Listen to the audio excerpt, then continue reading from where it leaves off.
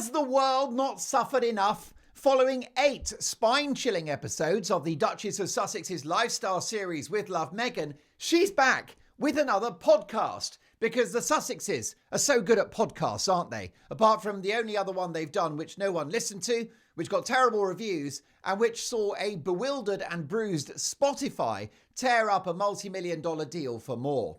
A tsunami of narcissism and self-congratulation is coming our way in the form of Confessions of a Female Founder, a program celebrating inspirational business leaders, including, Meghan Markle. So, with the Netflix show, she was the new Gordon Ramsay after cutting up fruit and putting it on a plate. And with her supernatural and uncanny ability to wrap presents up with paper and sticky tape, she now presents herself as this extraordinary entrepreneur. That's right, she's going to be the new Elon Musk, the new Jeff Bezos, or dare I say it, the new Donald Trump. Except the only thing those two have in common is a shared enthusiasm for orange foundation. Let's hear the trailer. I'm Meghan. Are you indeed? I could never have guessed. And this is Confessions of a Female Founder. Interesting, Meghan. You must tell me when you meet a female founder, because everything you've started has been a gigantic flop. A show where I chat with female entrepreneurs and friends about the sleepless nights, the lessons learned, and the laser focus that got them to where they are today. Well, Meghan, I'll give you that. You know about laser focus. Just ask the litany of family and friends that you dumped as you scratched your way to the top. We're diving into the highs and the lows. I predict more lows, especially for listeners to this rubbish.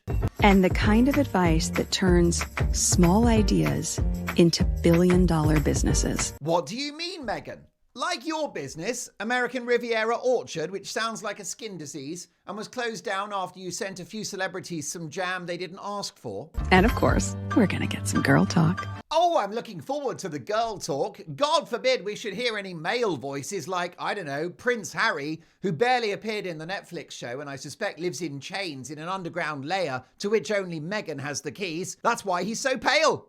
And through it all, I'm building a business of my own. Really?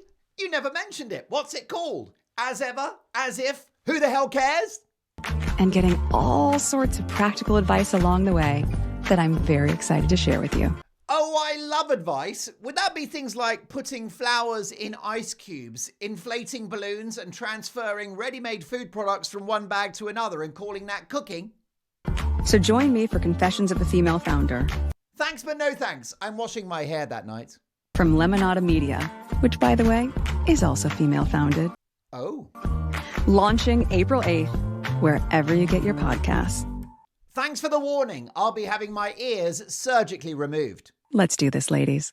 Please, let's not. It's all going to be good. I think we'll be the judge of that. And we'll also be the judge of her new clothing line, which is online, just launched on the social media site Instagram. And I've got to say, the Duchess sinks to a new low by using the kids to help market her dresses, blouses and skirts. Now, there are very few photographs in circulation of the two children. But when there's money to be made and publicity to be drummed up for a dead-on-arrival business model, then it's time to deploy Archie and Lilibet. Take my word for it, the kids will be heavily monetized in the years ahead. Now, on this occasion, they're photographed in profile. We don't see their faces full on. But Meghan has posted other teaser images of the kids in the past. I'd argue that's even worse than putting them out there front and centre. With only a glimpse of the children, they're effectively being deployed as clickbait for potential customers. A teaser photograph of anything makes you want to see more. And there's no way that she should be putting her children in that position. You either have proper official photographs like the royal family, or you keep the kids away from the cameras altogether. But this is Meghan Markle we're talking about, someone with all the ethics of a hungry rattlesnake. It's my understanding that one of the reasons we haven't seen many direct photographs of the children is not Meghan, who lives for publicity, but Prince Harry, who, as we know, grew up in the glare of publicity and who wishes to spare his own children the same ordeal. I agree with Harry on that one. I wouldn't use them at all. And when they're 18, they can decide. But Meghan drags them out anyway because she's got a warehouse full of cashmere sweaters to shift And anyway, what does she care what Prince Harry thinks these days? His value as a famous royal has been cashed in by the Duchess, and he's now more or less served his natural purpose. So why should he be listened to? Not that it stops her from continuing to claim that he is the apple of her eye. Do me a favour.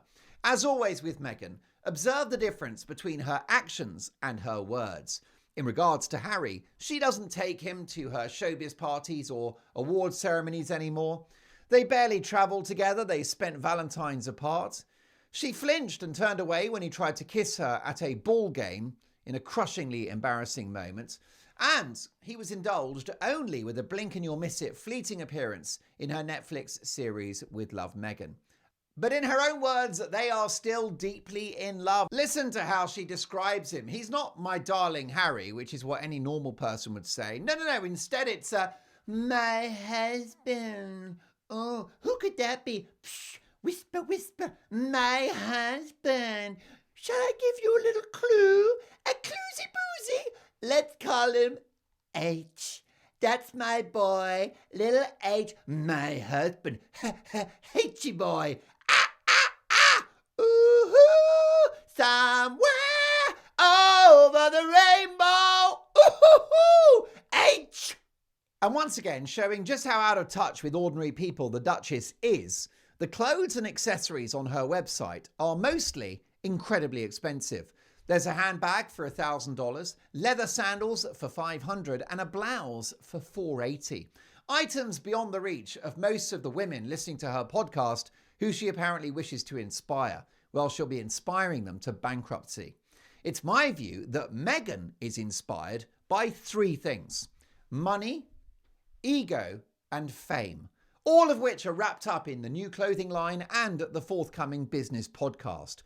And the only thing not for sale in Meghan Markle's life is her soul. That went years ago for a knockdown price. Don't say Harry, he's H. H.